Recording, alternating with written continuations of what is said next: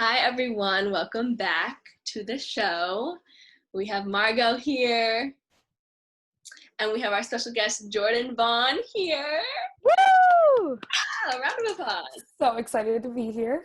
Thank you for being here. We have another great episode about Black Lives Matter and everything going on in this country right now that seems to be never ending. I feel like there's something new every day at this point. But yeah, we want to get into it, and we have Jordan here because she is literally like beyond someone I've known since fourth grade. One of my friends that is always just told it like it is. We just want to keep this conversation going, like we've said every time. So I just want to introduce Jordan Vaughn really quickly. Could you tell us who you are? And yeah. Yeah, so hello. Thank you again for having me.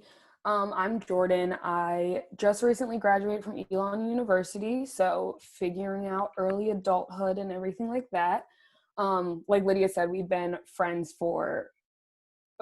with Lydia longer than I haven't, so it is such an honor to be here and be a part of the wonderful work that you two are doing. I love your podcast, honestly. I've listened to a few. And yeah, I'm just ready to talk and keep our forward movement forward.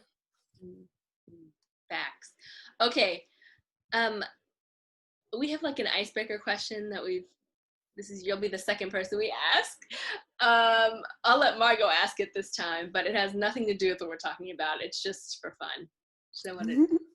All right, so if you could go down any grocery store aisle, just one, for the rest of your life, which one would you pick? This is so easy, actually. I would pick the frozen meal aisle of Trader Joe's because their meals are all absolutely amazing. They have fresh fish that was like just frozen the night before and all of that. And like the aisles above the freezer have all these different snacks. So like it's everything I need in one. I know exactly where you're talking about, and I'm like, that is the best answer. I am mad at you about that before. Because they have all the chocolate snacks up on top of the freezer stuff. Yeah. That is such a good answer. That's so good. Oh, wow. I didn't think I'd be able to come up with it that fast, but that was an easy one. Like, duh. I love how specific, too. You didn't just know, like, grocery store. You had the store in mind as well. You're like, Trader Joe's. The store is very important to that. They have the best everything salt. Ugh. Literally. I love seasonings, and their everything salt is, like, literally everything but the bagel. You should try the everything but the bagel dip. It's really, really good. There's a dip? Yeah, and it's Greek yogurt based, so it's not like it's like you don't even feel bad about eating it. It's not like cream cheese. It's Greek yogurt. All right, pause. We'll be back. Hopping in my car, going to Trader Joe's now. All right. Okay, so Jordan, my first thing with you is just like, beyond this movement in particular, you have always been outspoken, especially Facebook, now Twitter, obviously, and Instagram as well. But I just feel like this isn't new to you. Like, I feel like since we've been like on Facebook and like knowing what social media is, you've been someone to speak up about things. So like, where did that come from? Like, where has your bravery come from in life? Honestly, I feel like a big part of it is my dad. Me and my dad have always like butted heads. We're very, very similar, so we like clash a lot, but he is truly my best friend and has always been somebody that like, if I'm confused about something, I can go and we will debate something back and forth and be able to like hear the different perspectives. And he's always been somebody that's like, never let anybody tell you what you can or can't do, and that includes me. And so he would tell me like, Jordan, you can't talk about the same things that like we talk about with everybody because it's often political. But I was like, Dad, you always told me like, don't let anybody tell me what I can't do. And because you told me I can't do it, now I want to do it even more. So I think that's where like that fire to still say things, even if others might debate me on it, comes from, because I'm like so ready. My dad has been my practice for my whole life. So other people, it's a little bit easier in a way. I like that he says even him, he can't tell you not to do anything. Mm-hmm. I love that. How do your parents and your sister, like, how do they feel now with seeing how outspoken you have become? What do they feel about it? Well, my sister has always been more just kind of like go with it. And so she was always like, Jordan, be careful of what you say for like future employers and everything like that. So it's actually been really cool watching her become more vocal on social media, but then also her coming home and telling me things about work, that she's speaking up at work now because the environment has shifted, that she can speak up without kind of fear of repercussions. But then my parents, I think, my parents have always had a hard time with how vocal I am because they're just really scared of me losing friends along the way because of it. And this has been a really big one because I've really put my foot down with a lot of my white friends where I'm like, I was getting annoyed that so many people were reaching out when all of this was starting, but I was even more annoyed at those that didn't reach out.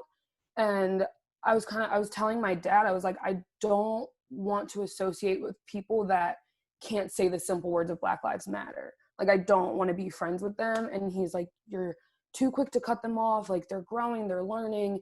And it's like, I appreciate that and I understand that. But with us being in our early 20s, most of us college grads, like, you've had enough time to learn and know the difference between right and wrong, that there's no more excuse, there's no more ignorance, there's no more I didn't know, I'm too young, or anything like that. So they're coming to terms with how what's the word, how like definitive I am in my decisions. They're coming to terms with it, but they still always make me pause and make sure that I'm not cutting off somebody that has been a really close friend to me, instead like helping them learn. So it's been tough, but they're used to it. So it's just a different way of making sure that my life will stay intact. Mm-hmm. And I think they know, I mean, how much you, as their daughter and sister, value their opinion. So, Mm-hmm. if anything, I feel like that helps you. Like, I feel like you're the type of person that will really think about something before you do it, and you know what's the difference between right and wrong. So, I feel like they know that they have influenced you enough that it's not like you don't hear what they're saying about it. Yeah. And that's one of the things that also my parents had to learn about me, is that I don't say like my thought process, I just do. So they don't think all the time that I've been thinking through things.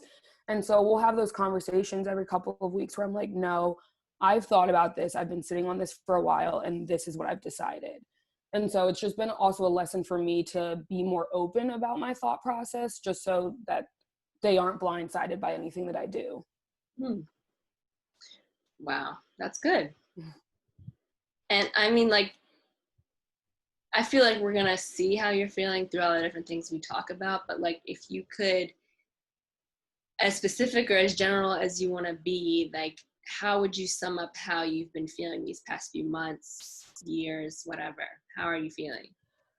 Yeah, I mean, so when all of this was like first popping off, I was very, very much on all of the platforms, posting everything.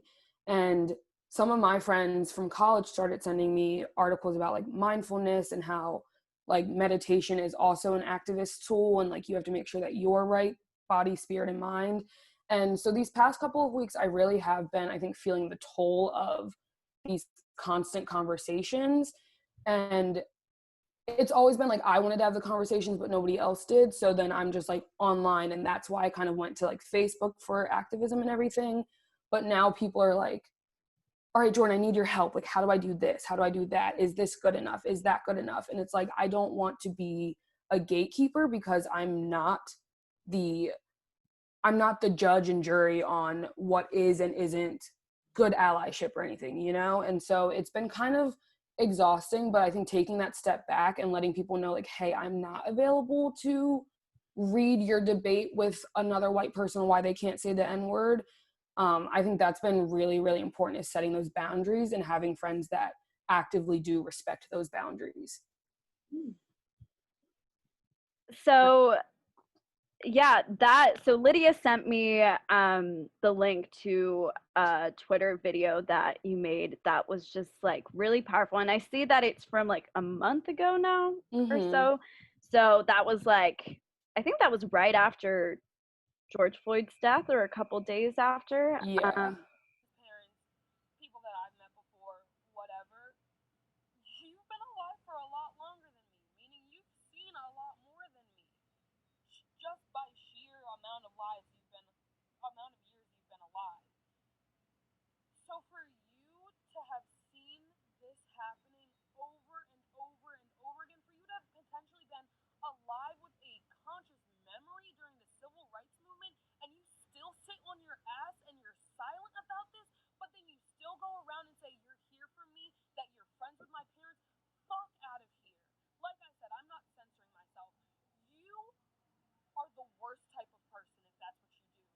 Because you are saying to my face that you care about me, but then you say that we're thugs. That why are we looting? Why are we rioting?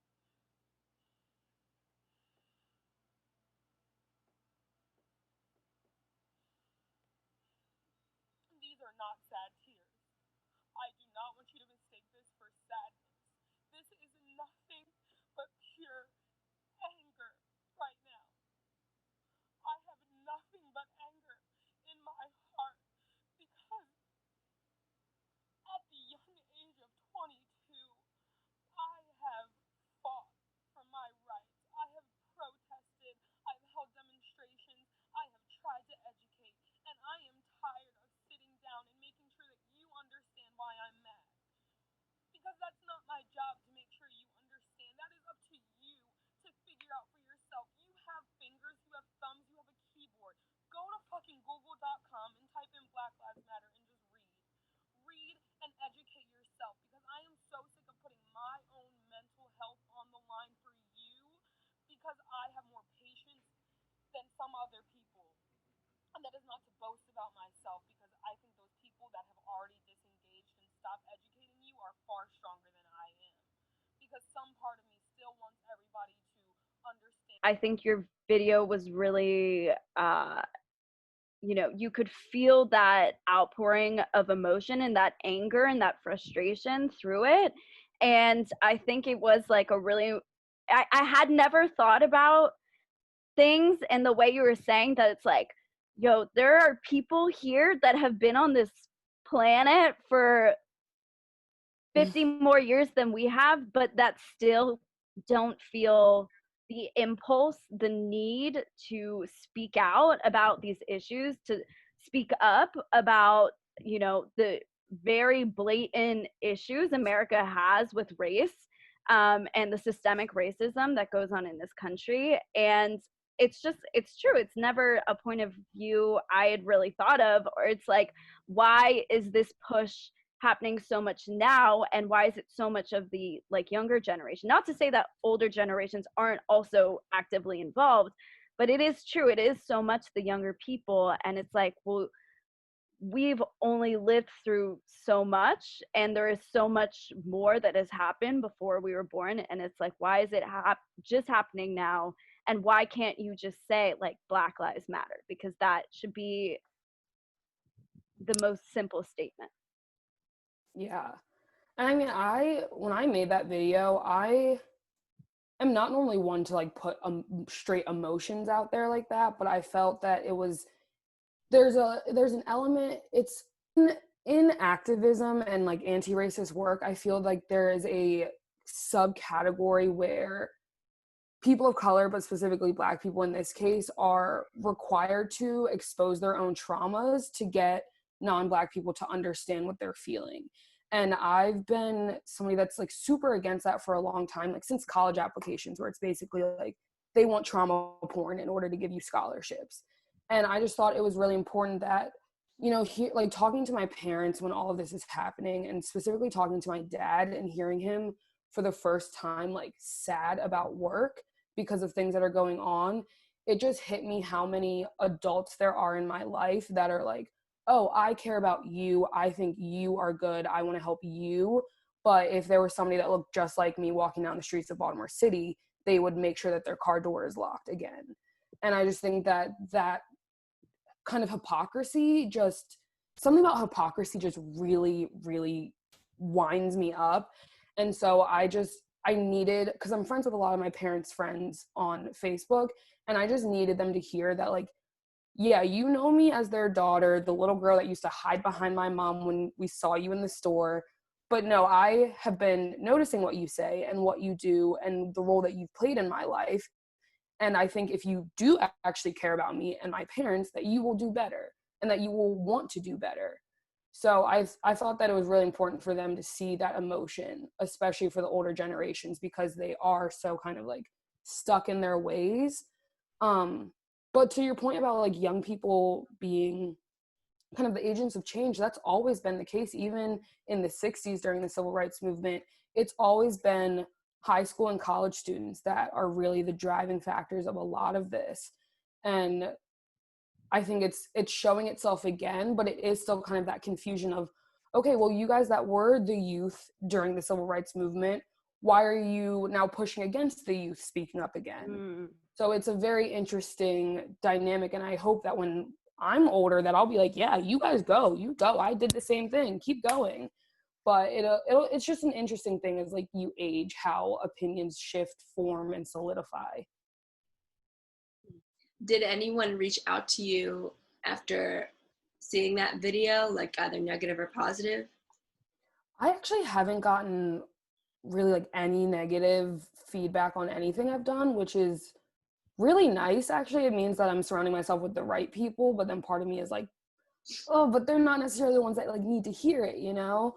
But I did have a lot of teachers from high school reach out, and they were just like, I remember this happening and you were 10 years old and I was the adult and I didn't know what to do.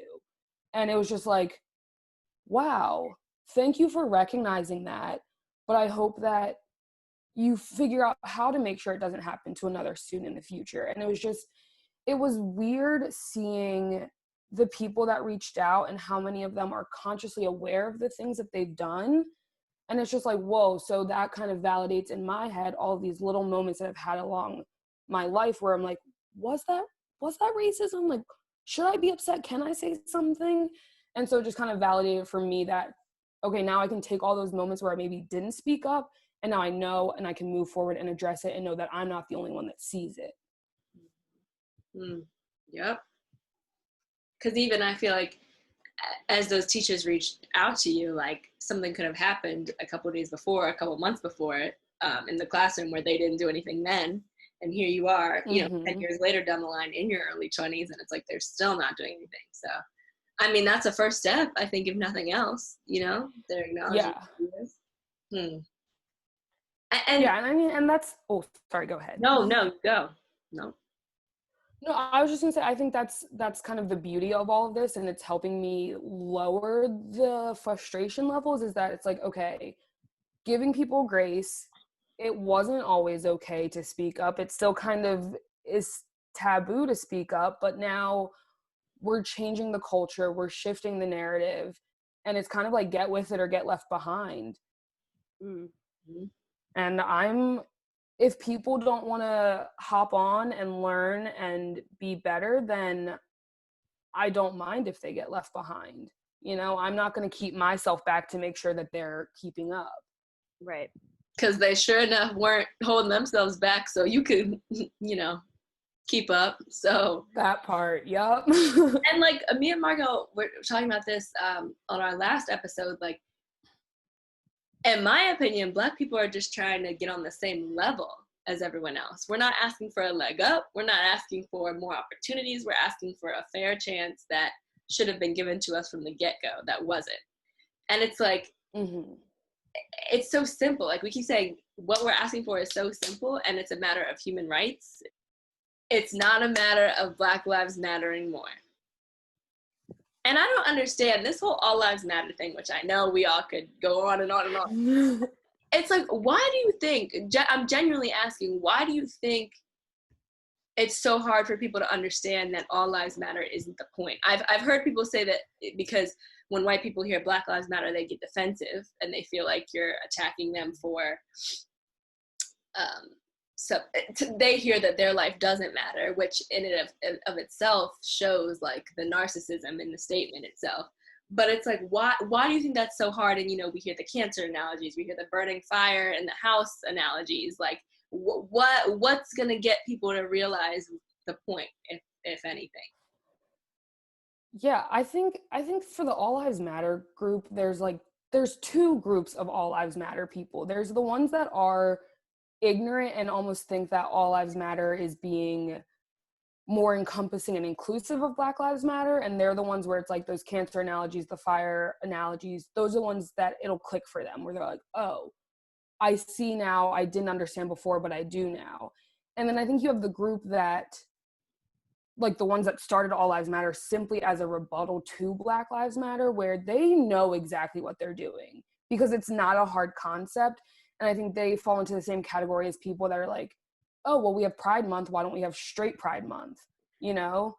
And like they know good and well why these things exist, but they don't like not being in the limelight. They don't like not being the ones that people are talking about and boasting about, you know? And it's like, I think specifically in America, and this relates to the quote that I had at the end, is we are so individualistic. We only care about ourselves, that it is permeated into every aspect of our lives, where it's almost like Americans have lost the concept of caring for somebody that you don't know. And it's really sad, but I really think that Gen Z, honestly, is going to shift that, because we crowdsource, we do the petitions, we do GoFundMe's, trying to make sure that like this one trans person can afford a surgery, or this one homeless youth can find housing. You know, like we're so quick to give ourselves to make the collective better. But I think for older generations, and by older, I mean like 30 and older almost, because millennials have really been forced to be in that individualistic mindset with the state that the economy was in when they were entering the job force. They have to be in this survivalistic mode. But with Gen Z, like we don't have a stake in the economy really like that. So we're a little bit more free, and I don't want to say naive, because I don't think that's the right word. And I don't think innocent's the right word either, but maybe we're more idealistic in a sense, that we know that these things, while they seem far-fetched, we can definitely get equity and then equality. We can definitely have a society where people aren't dying of poverty. Like we can do all of those things. We just need to be in those positions of power to make it happen, or create new systems of power to make it happen. Sorry, that turned into a tangent. No, it was So it good. was great. Yeah. I also think that the All Lives Matter people have such a difficult time acknowledging white privilege, because they are in the boat of like, well, I've had hardships in my life too. So why does affirmative action exist when I also grew up poor? They're very much in this mindset of not being able to see how the color of their skin has given them more opportunities, even if they grew up poor. Even like to say that you have white privilege isn't to say that like your life wasn't hard. It means it wasn't hard because of the way you look. It wasn't hard because of your race. And I think those All Lives Matter people are definitely in that boat of saying like, well, I've had a really hard life and my life matters too. Like, why should another person's life matter over mine? And it's just like, it washes right over their head. And I think, like you were saying, Jordan, it is that individualistic mindset, and how it's so interesting to look back and see how America was founded on this idea of the American dream and capitalism, and this whole idea of fighting for the self, and how has that led us to a society that continues to accept the death of Black people on a regular basis, and never have an issue and never feel the need to look at the entire system, break it down individually, and change things. Yeah, and I think to that, like with the whole white privilege thing, I think privilege is one of those things it can be really difficult to recognize and come to terms with your own privilege. And I say that because, all three of us are in different positions of privilege. I know with my education, I have been in private school since pre-K up until college, And the law school that I'm looking at is also a private university. I've done nothing but private education. And I remember in middle school, early high school, it was like the local elections and my parents were talking about who they were going to vote for like the Board of Education. And they were talking about cutting funding for the arts programs and recesses and all of that. And I was like, but why do you guys even care? Like, me and my sister are in private school. Like, the public school stuff doesn't even affect us. And my parents were like, yeah, but think about the thousands of kids that are in this system. Think about your amazing art classes that you have at McDonough, and think about that not being a thing because you don't have the money for it. And that's when I was like, okay, wow, I am very fortunate to be in the kind of schooling I'm in, but that doesn't negate that there are people that don't have that same access. And I know that, you know, I've had the privilege to be able to get scholarships in lower school, you know, and that's not the reality for everybody. And so who am I, even if I'm in the private school system, to say, all right, well, I like my education, so good luck to y'all. It took a while for me to understand that I had to care, but once you do, or once you even have that idea that there is some sort of inequality, that's where I'm starting to be like, so why is it taking you so long to then realize, recognize, and act on it? You know, because all it takes is that one moment. And these past 2 months have been many of those one moments. So it's just, it's tiring, like waiting for people to get it. Yeah. And I guess even on a petty note, you know, remember when the U.S. women's soccer team won the World Cup, and then there was like a huge national conversation about equal pay for them in just that industry alone. And it's like, yeah, there were women of color on that team, but it was a predominantly white team. And if they were struggling to get equal pay, and those are white women, like, you know, like the top of the women chain in this country, then it's like, what do we expect, you know? Right, and it's just proof that we all need to work together. Like, the only person that is free of oppression, which everybody has like a certain level of oppression, economic, education, whatever, but the only person that doesn't have that kind of like daunting oppression based on their identity is the white man, the straight white man. And so it's even more frustrating seeing other marginalized groups or minorities, be it gender, sexuality, race, anything like that, go against Black Lives Matter. Because I'm like, at the end of the day, Black Lives Matter is for all of us. It really is for all of us, because it's getting conversation started about disability, about economic status, about gender. It's getting all of those conversations started. So I'm just like, oh, if you are not a white man, come on, get with it. This is for you too. And that's the thing. It's like, it's not a coincidence that the only person free of oppression were the people that were there when the Constitution was written, when, you know, everything came to be for this country. It makes sense. And it's important what you said about acknowledging our own privilege, just around the three of us. And what you were saying before about that idea of individualism in this country, like, for a second even applied to you when you were having that conversation with your parents about voting for the local elections for the school board, because you didn't care because you had went to private school, you know, like that was your individual mindset about school. So I think a lot of change can't be made without acknowledging our own issues and our own, you know, flaws that need to be addressed, because at the end of the day, that's only going to make you stronger with your arguments and with the change you're trying to make.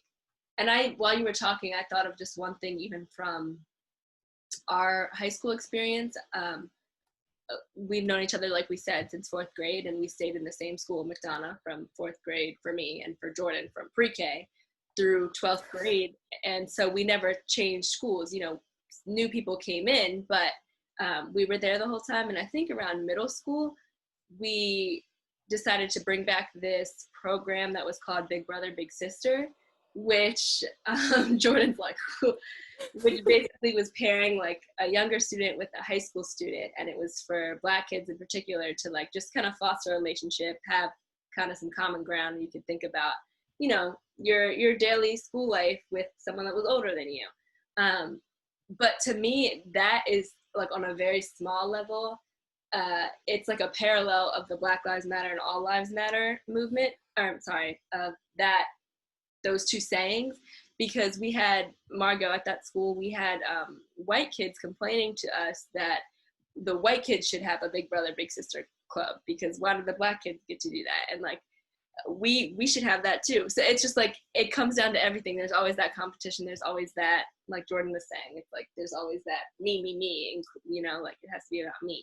So that just kind of popped into my head while you were talking about that, Jordan, and I wanted to bring that up for a second. And I saw your reaction when I brought it up, so. No, and what you just said actually brought to my mind, like when you said, like, even as a young person, like realizing that I already had that individualistic mindset. And I think that shows how important education is, and not just like education, the vague term, but like schooling. Because why am I at 12 years old already worried about myself and only myself, you know? And that's because it's what I've seen from my parents. It's what I saw from my teachers. It's what I saw on the news. And so it shows that, one, we do need some of the older generation to be with us, because they are the ones passing down those cultural values. But then also it's like, kids are sponges. Kids are very intelligent. And I think we need to start treating kids like they are the capable mini humans that they are. Because these concepts, if you think about the way we try to explain, like the all lives matter, like with the fire burning, that is something that I have used that technique as a camp counselor with my 4-year-old campers, being like, hey, you pushed so-and-so, here's why that may have hurt him. You know, like they understand that. And I think if we actually treated kids like capable minds, that you would see a lot of things. And obviously this kind of method takes longer because you have to wait for people to age and everything. But I think investing in our kids in this anti-racism work is the solution. Like there is nothing else in my mind. All the activism in the world is amazing, but if we are not teaching our kids to not repeat the same things, then we're just going to keep seeing it happen over and over again, like we are right now. Yeah. And that's true. Education above even just, you know, we hear a lot like parents should parent their kids the right way and teach them things. But if your kids are going home to an all lives matter household, then that's going to set them back, you know, mentally in terms of this advancement. So they need that education to counter what their parents are saying. So then maybe they do go home and say, well, Mom, I know all lives matter, but my teacher said, da, da, da, da, you know. That's a good point, Gordon.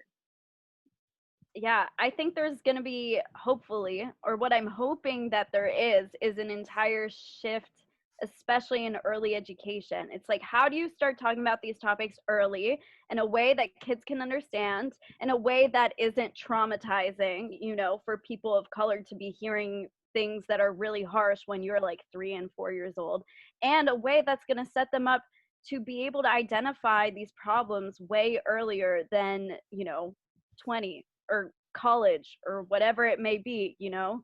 And I think especially in areas of the country where, I mean, there's issues all over the country, don't get me wrong, but especially in areas where like there may be one Black kid in the entire, you know, neighborhood, right? So these kids aren't thinking about this actively, maybe, right? These white kids, they're like, oh, that's just, you know, my friend, I'm not thinking about that. It's like, well, those are the places especially where they need to be learning about it.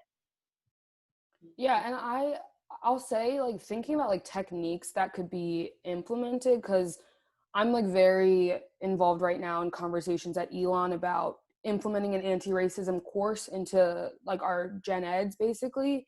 And I think for the younger people, the way kind of it would work, and I think McDonough actually gave me this idea, because I remember McDonough's sex education program.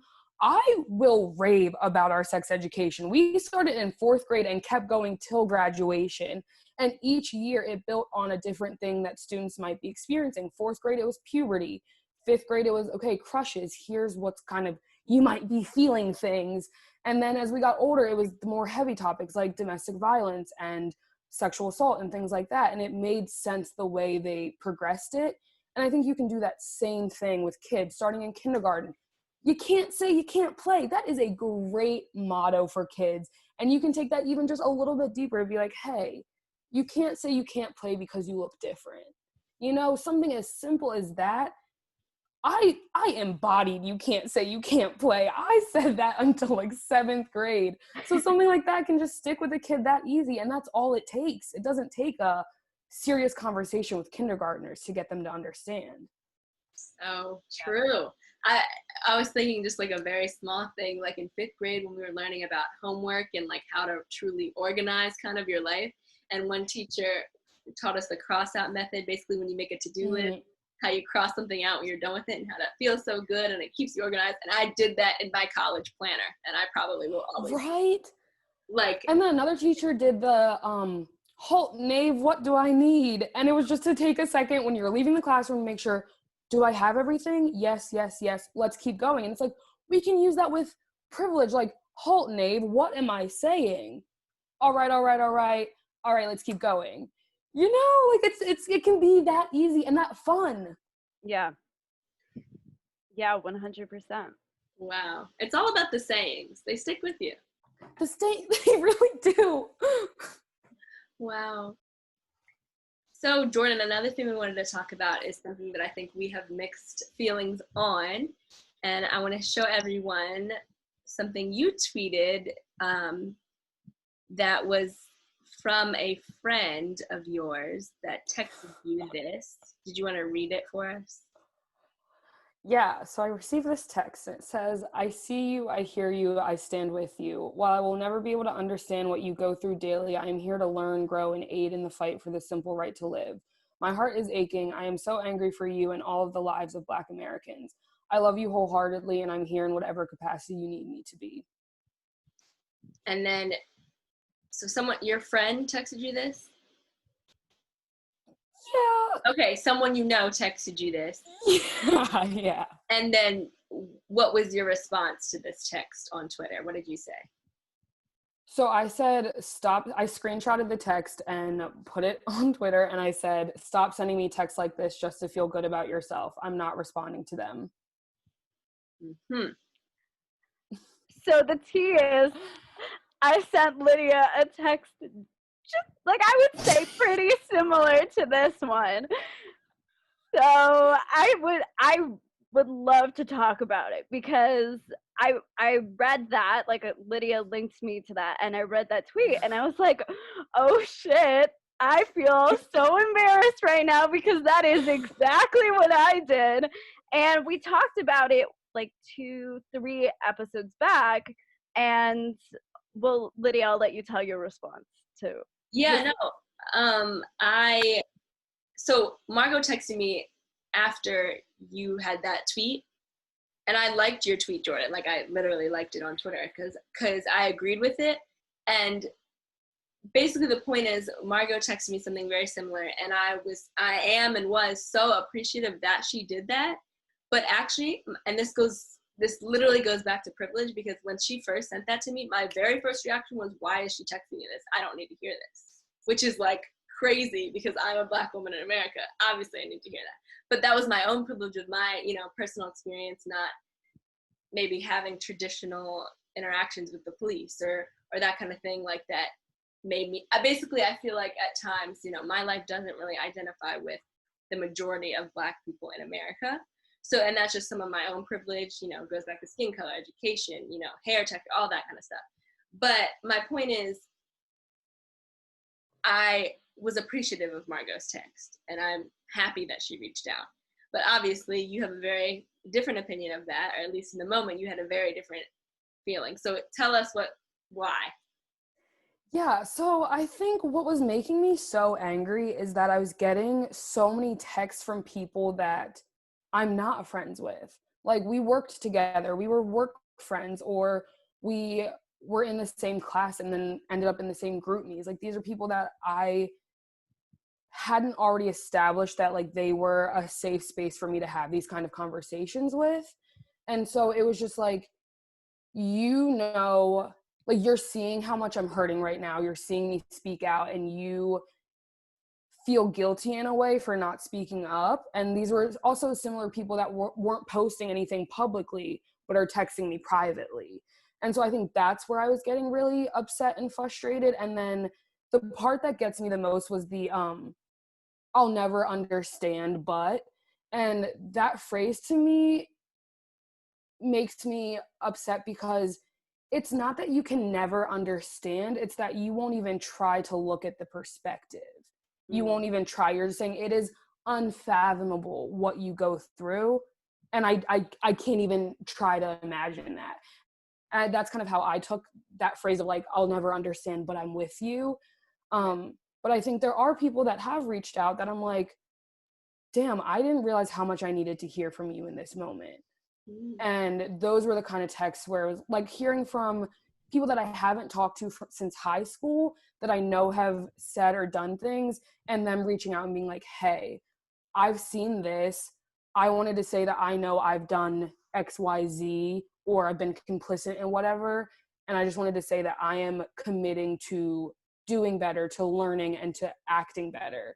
You know, like that kind of action statement rather than passive apology, I think is the difference between the text that I was receiving and that one that I posted was more of the passive one.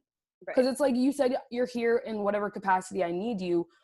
I haven't even needed you to cover my shift at work. You think I'm going to confide in you about this? Like, it was one of those kind of relationships. But like you and Margot obviously have a very close relationship. So I think Margot, like, that's okay that you texted Lydia, but like not texting the person that you had class with once and got their number because you were in a group project together. You know, I think that's the big difference.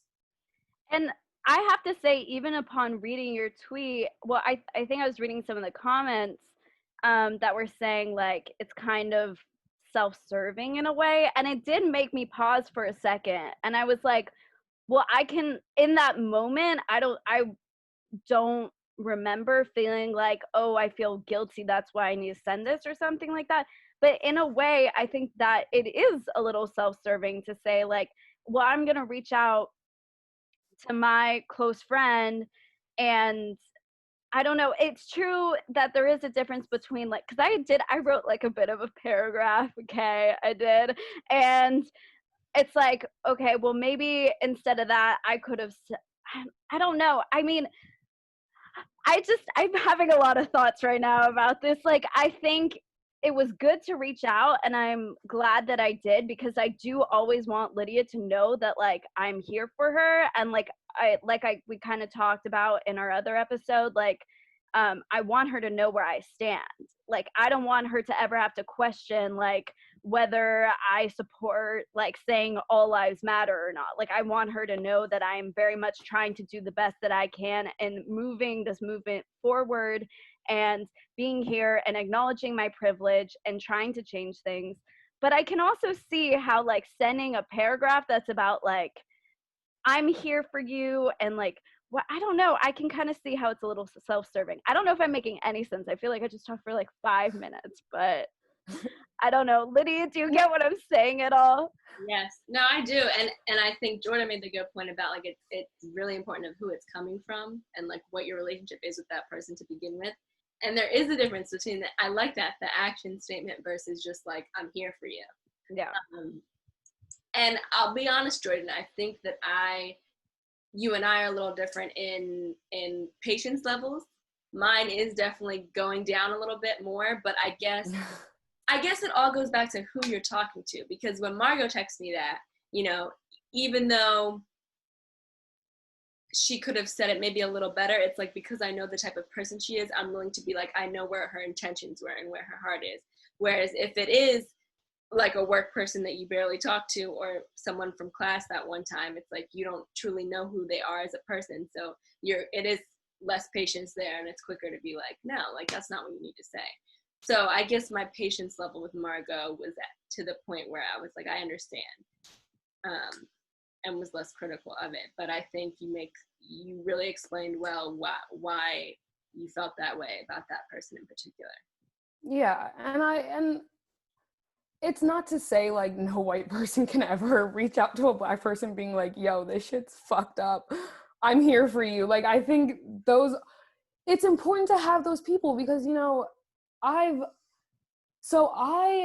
got this message from my cousin who lives in Canada, and this is like, our moms are super close, so we call each other cousins, and she's white and she just had a baby, and she sent a text to me that actually like made me cry, because she was just saying like, I haven't seen you in years, but seeing you hurt from afar and I can't do anything for you specifically is really hurting me. But then knowing that the country that you live in is doing this to you, really just like it, just kind of saying those kinds of things. And then at the end of it, she said she just had a baby, and she was like, I'm committing that for my 3-month-old baby, I'm going to teach her anti-racism. She's not going to know anything else, because I want her to never make the same mistakes that I did. And I know some Black people would laugh at me for crying and like being so appreciative of that, because they're like, why are you thanking white people for doing what they should have been doing this whole time? And it's like, I understand that, but at the same time, like, this is something that's really important to me. And for them to tell me that they are committing to teaching their daughter, to like ending that generational curse of racism, and she is telling me as a way to be like, I'm committing to this because I know you'll hold me accountable in some way. Just, I don't know, I think it is important to show appreciation to allies. That is not to say give them a pedestal. That is not to say that they are the movement or anything like that. But I think, especially if that person that's an ally is a close friend, it hits different because you do have that personal connection with them. You are in spaces together where that ally might now see a microaggression that in that moment you're like, oh, I cannot say anything. I'm frozen in place. But you know that this person has your back and they will say something, you know? So I think the people that are sending the text know their intentions, whether consciously or unconsciously. And Margot, I don't doubt that your message came from a good place. Like, you guys have a whole podcast together. Be more worried if you didn't text Lydia. Like, but I think it's that intentionality behind it and that personal relationship with the person you're texting. And it seems so circumstantial. It's going to depend person to person. And I recognize that my tweet was a very broad blanket statement and could have closed me off to some friends reaching out because they were afraid of like making me upset or something. And I recognize that, but I don't regret posting that because I didn't need any more text from strangers, basically. And I think the hope is kind of like the people that was aimed at know who they are, you know? Yeah. So, yeah. Well, yeah, thanks. We just wanted to like dig into that a little more and see, what that was all about, because it's interesting. Yeah, that was my dad was so mad at me. He was like, Jordan, stop. He's like, too much. Don't let anyone tell you you can't do anything, not even me, but he was like, you're gonna have no friends. No. A couple weeks ago was July 4th.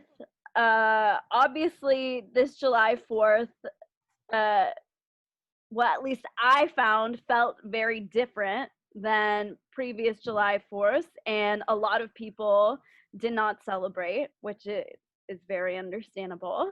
So yeah, I think we should just talk about it. Jordan, do you have thoughts on July 4th, how people are reacting to it, what you did, how you feel?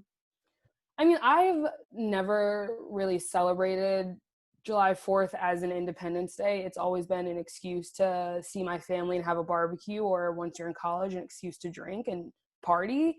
Yeah. And I've always made it known that I'm like, all right, this is y'all's Independence Day. Like, I rock with Juneteenth because that's when, if we were transported back in time, I would have actually been free to a degree. And I think this year it was interesting, and that there was a different perspective now of looking at people that were fully celebrating it.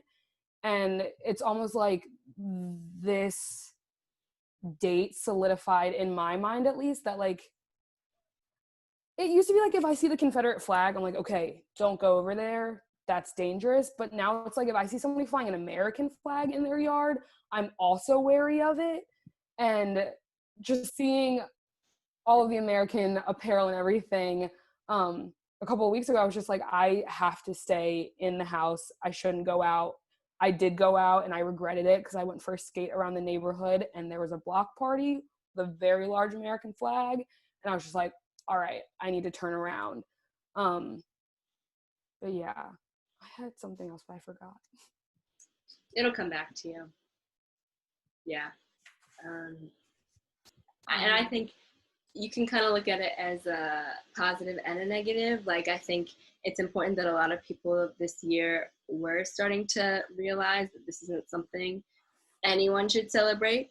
It's not, and that's the thing, like, it goes back to all lives matter. It's like, excuse me, everyone should feel like July 4th isn't a celebration, not just Black people, you know, because that shows that inclusivity of it, and how we all need to recognize that on July 4th, 1776, people were still enslaved. Mm-hmm. So I think it's a step in the right direction that this year we had people not celebrating like purposefully and going on social media and saying this is just another day. This isn't July 4th, Independence Day. But then at the same time, it's like, you know, clearly a lot of people were celebrating, but you know, I try and think of things as like, it doesn't happen overnight and things aren't going to change in a day as much as we'd like them to. So that's kind of where I am with it. Margot, anything? Yeah, I just think that people love an excuse to party also.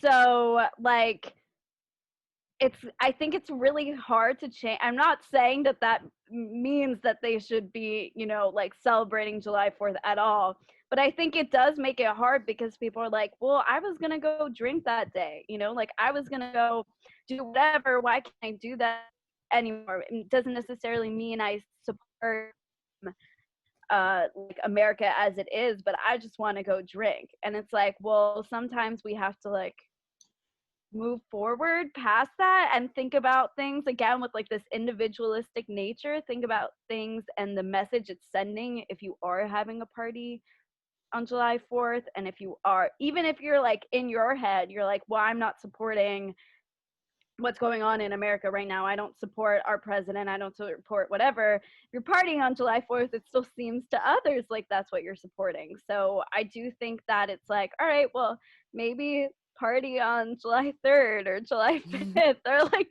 move your date. But otherwise, it is hard to like, because right now, I think it is very much of like, as a person, what you're showing on social media right now and what you're choosing to do, a lot of people are taking that as your position on whether you support the fact that Black people deserve a chance to live in this country and be equal, or whether you are just kind of caught up in your own narrative and you're just kind of letting this entire movement like pass you by. Yeah, and I think I can definitely see like July 4th turning into a President's Day of sorts, where you get the long weekend, you get an extra day to party, but you know that nobody is partying for President's Day. It's like nobody actually celebrates President's Day. I could see it shifting into something like that, but capitalism, there's so much apparel and economic booms that happen at this time of year that I think that'll be what makes it hard to shift. Because like I know my Snapchat memories from July 4th last year, I was partying. I was having a great time. It was so much fun. But like you were saying, like I know in my mind that I wasn't celebrating the actual holiday of Independence Day. But if I were to have that same weekend this year, it would have been a very different view that came off as. But I think like you guys were saying, like we are seeing the shift of the attitude towards it, because I also tweeted this yesterday.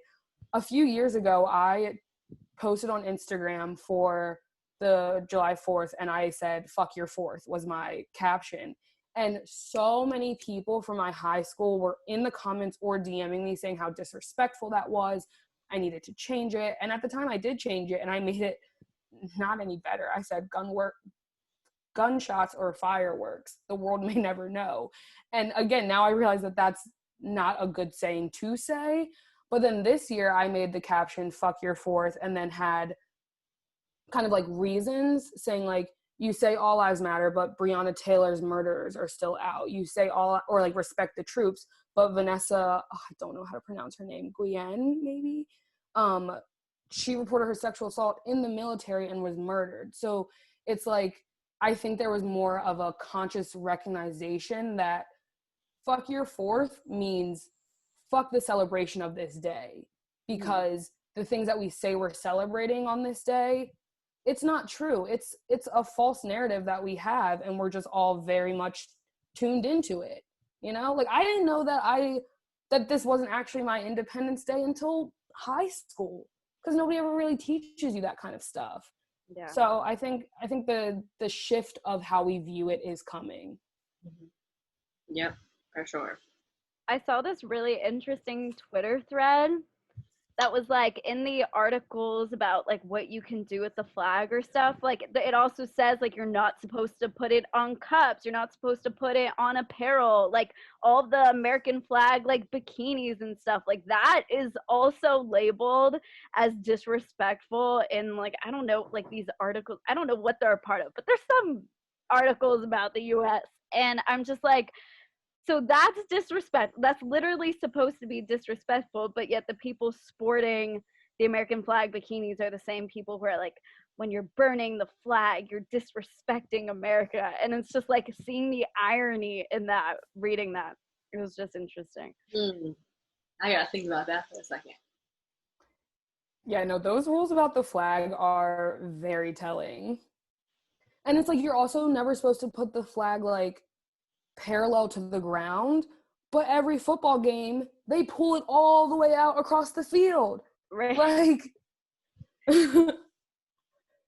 it's funny what people pick and choose to care about, especially when it comes to like American values. My mask is my body, my choice. It's like, you understand my body, my choice with a mask, but that's another podcast episode. that is. But also on July 4th, another little tweet was tweeted by Mr. Kanye West. And I'll show everyone if you're watching this. I will also read it for those listening. But,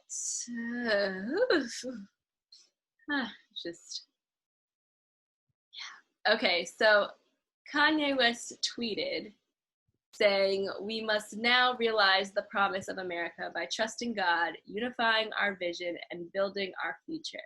I am running for president of the United States. #2020 vision." And it's got 1 million likes as of this moment, but who knows where that is while you're watching this. So, first of all, did you all think like, because there's been rumors that he was going to run when he was first spotted in the White House, when he was having conversations with Trump about how to create a whole new Air Force One and some other crazy ideas. But what did you think? Like, did you take it seriously? I personally did. What do you all think? I took it seriously, and it's terrifying because there was the whole thing with Kanye West, like how he's been with like Trump and all of that this whole time. And then it came out that somebody saw like the donations for the different presidential candidates. And it showed that Kanye has been or had been donating heavily to like all of the Democratic candidates basically. And so people were like, oh, Kanye was playing the long game. Like he was just fooling the far right white people into liking him just so he could do a little switcheroo. But I think that if we look even further before Trump and all of that, like Kanye has said some really problematic things, like saying that slavery was a choice. I don't want a president that thinks slavery was a choice. Like that is just absolutely absurd to me. Yeah. But it's, yeah, I unfortunately think he's serious. I also think the timing of this like couldn't be any worse. I feel like people had just started accepting like, okay, I don't like either of these candidates, but one of them is gonna make decisions that are gonna be better for like most people that are more inclusive. No, it's not who I would have picked, but like the lesser of two evils thing. And now this has come forth, and I'm like, all the people who just jumped on the Biden bandwagon, even though they didn't want to, you know, like they just like put a finger in the wagon. They're like, okay, I guess I'll do it because I have to. Now they're going to see Kanye running and they're going to be like, oh, well, maybe that could be fun. Yeah. And I've already seen stuff online that's like, suspicions that he's doing this now to purposely split the vote, and that now more people are, basically Trump will win because he's splitting the vote now. Yeah, because I mean, if we're being honest, at the end of the day, Republicans vote red. It doesn't really matter who it is. They are very party loyal, and Democrats have had a really hard time doing the same thing. And I think we saw that, what was it? Was it the 2016 election when Harambe was on the ticket and like thousands of people voted for Harambe? Like, and the thing that gets me is like, this isn't even like it's a bunch of high schoolers trolling the polls. Everyone that's voting is 18 and older. Like, we should know better. And it's so terrifying because at this point, Kanye would, I assume, would have to run independent. And the independent party is always who takes from the Democratic ticket. So, but I will say, and this might be too radical for some people, but in our Constitution, it says that if our government is infringing on our human rights, it is our civic duty to stage a coup. So take that as you will. Mic drop. But no, you're right. And they were saying because it is too late for him to run for a specific party in some states, so he'll be an independent. It's just, if the tweet can get 1 million likes, I mean, that's just Twitter. And obviously there's people under 18 on Twitter, or people not registered to vote on Twitter. But like, I wouldn't put it past him. And people have told me like, oh, he's not going to win. Like, people aren't going to vote for him. I'm like, he's going to get some votes. Like, we know people love chaos, or people love just stirring things up for no reason. Like, he's going to get votes. So it's just unnecessary. Like Margot, you said, the timing just is right. Unnecessary. And kind of thinking about it, like with Kim's whole legal journey and everything, it just feels too right that like all of a sudden she knows the law and then he's saying, I'm going to run for president. Like, and she would be first lady and all. Like, that's just, it just, 2 + 2 is equaling like 7 right now. Kim K is first lady of the United, like I know. Can you imagine? Like, why do we want celebrities in politics? Like, why do we? I mean, our life is not a reality show. We know, the current White House occupant has lowered the standard of what it takes to be president, clearly. But it's one thing, you tell your kids, like, you can grow up to be whoever you want. You can be president of the United States, but that isn't a true statement. But now it might be. We need to reevaluate that statement and be like, you can be whatever you want, but once you pick something, there are some things that you can't do. Right. Right. And not everyone's meant to be president. There is a reason that we've only had 45. Right. And can you imagine, like, at all of the dinners, like, Kim giving out free goodie baskets of KKW makeup? Like, spritzing the Secret Service. With Kanye's album in there, too. Like, he's going to write, like, a couple new albums while he's president. She's, like, doing, like... Right, Kanye's going to be like, sorry. Kanye's going to be like, sorry, I didn't get to looking at the fiscal report. I was recording my album. Oh, it's just...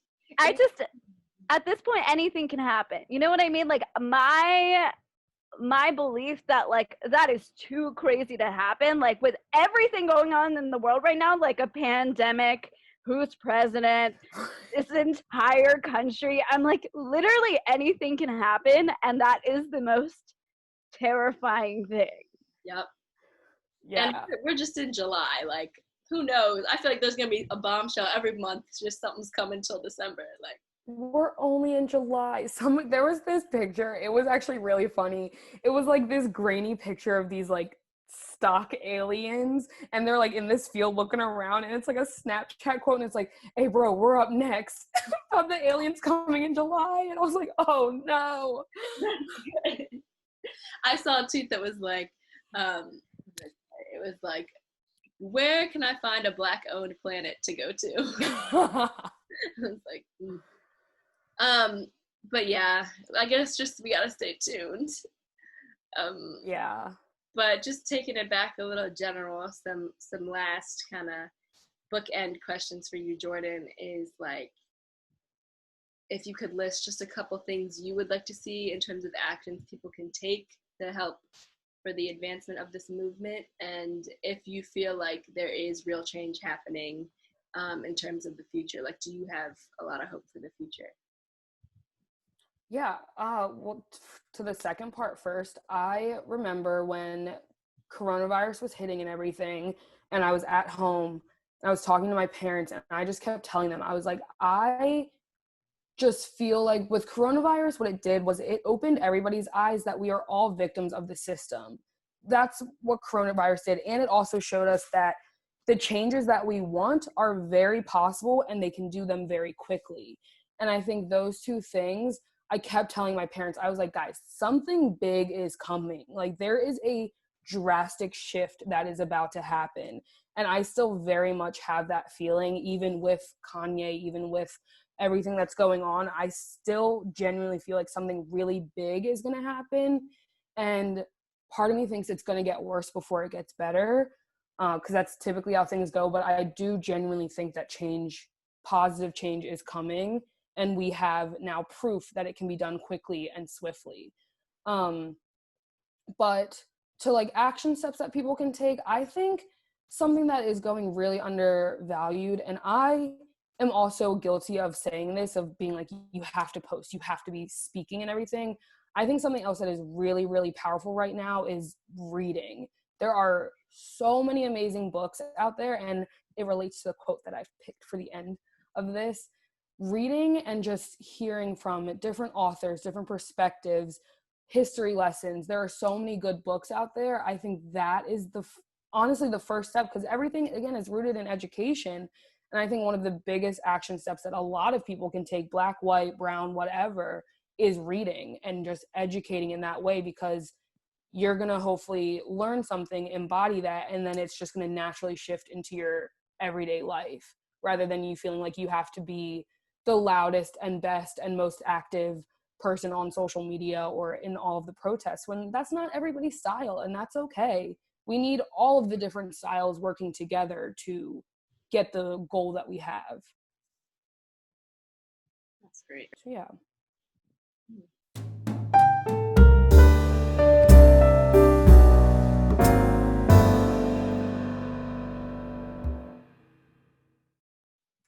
Well, I think then we should go right into your quote to start us off, because I have a feeling it's going to be a good one. Yeah, so I picked a quote from Angela Davis. I think she is a phenomenal activist and just is like the picture of what I want to be in my life. And so the quote that I picked was, "We have to talk about liberating minds as well as liberating society." And that's why I mentioned that one of the big action steps is reading, because if we don't come to terms with what liberation looks like in our heads and kind of unlearn different things that we've experienced, like for me, liberating my mind was learning how to love being Black and learning how to love being a Black woman. And I wouldn't be as forward pushing of liberating society if I was still in my own, racist mind, because I embodied a lot of white supremacy and racism in my own head in the way that I acted out towards the world. But once you kind of get that mental blockage, the mental blockage that the society is rigid and this is how it's going to be, that capitalism is the only way, that racism is so ingrained that it can never be fixed. Once you get rid of those ideas, then you can really start pushing society forward. So I just really liked that quote. Lydia, you want to go next?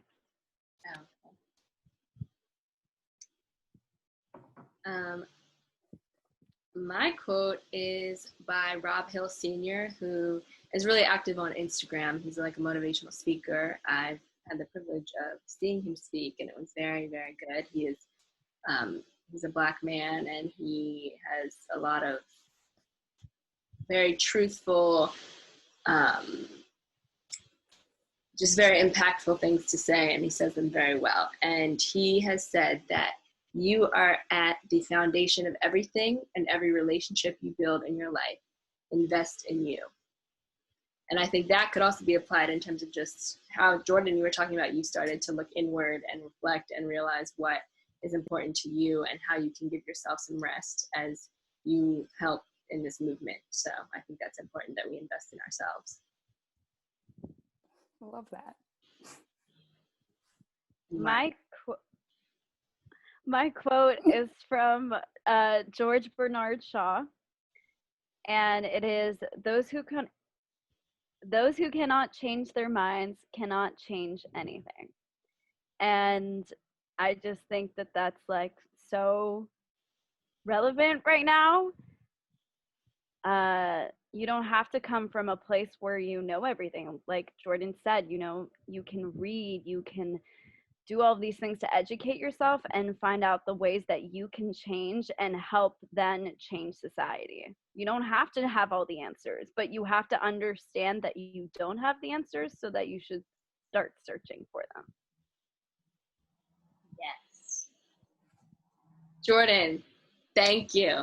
Thank you so Guys, this was amazing. I loved this. You have to come back because you're great. Oh my You're God, yeah, so just invite great. me whenever. Oh.